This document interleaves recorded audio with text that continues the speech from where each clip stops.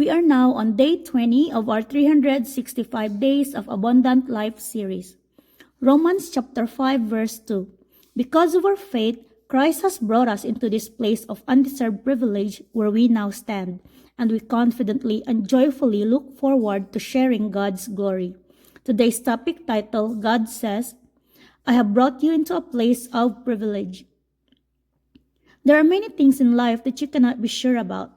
You cannot be sure how long your life will last or what shape it will take. But there are some things of which you can be absolutely certain, and one of them is this: you will share in my glory. You were made for this very purpose, to enjoy the riches of my glory. You will not only see my glory, you will share in it. It will not only be revealed to you, but in you. Does this promised blessing move you? Does it thrill you? Does it fill you with holy anticipation? As you fall more deeply in love with my glory, and as you nurture your longing to share in my glory, you will become impervious to the assaults this world inflicts on you.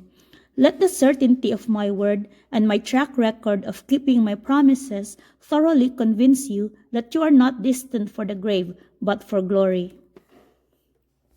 Para mas maintindihan, yung privilege kasi, hinanap ko yung yung exact na translation niya sana sa Tagalog or sa Bisaya. Pero same lang siya. So, privilege in Tagalog and in Bisaya is pribilehiyo.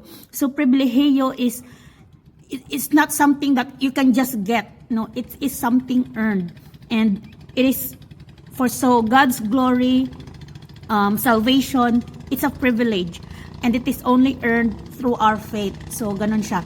And when we talk about naman God's glory, that is His divine presence, greatness, power, righteousness, mga bagay na ganyan, and more.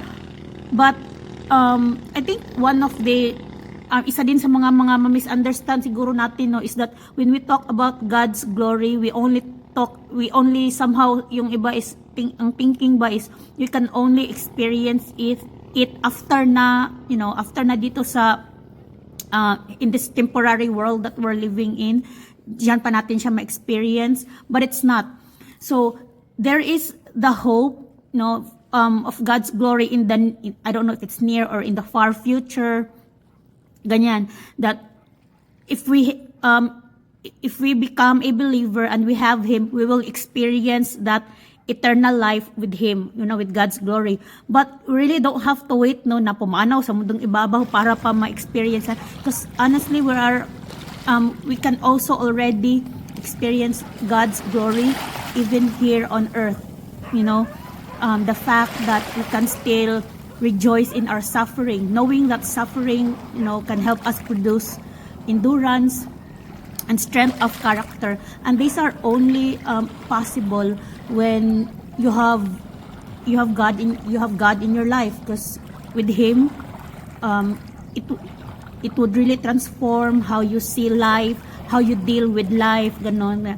Because even if things are beyond your control, ika nga, diba, you can't control things outside, what's happening outside, but you can always control how you respond to them.